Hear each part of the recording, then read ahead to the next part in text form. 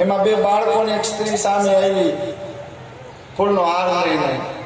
જેવું સુદામા પાસે જાય એટલે સુદામા કે દેવી કોણ છો તમે? કોણ છો તમે? અરે હું સુશીલા, તમારી પત્ની ન ઓળખી? આ બે બાળકો. ઓહો, આટલો વૈભવ! સોનાના આભૂષણો પહેરેલા હતા સુશીલા.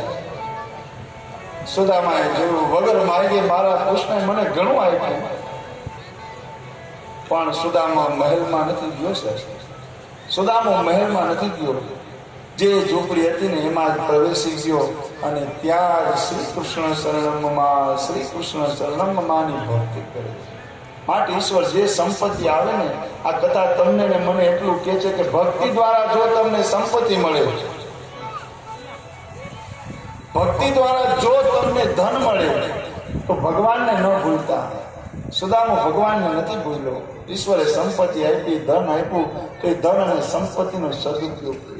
સંતાનોને સોંપી કૃષ્ણ શ્રી કૃષ્ણ શરણમમાં, શ્રી કૃષ્ણ શરણમમાં આવા જપ કરવા લાગ્યો. અને આ બાજુ ભગવાનની લીલા પરીક્ષા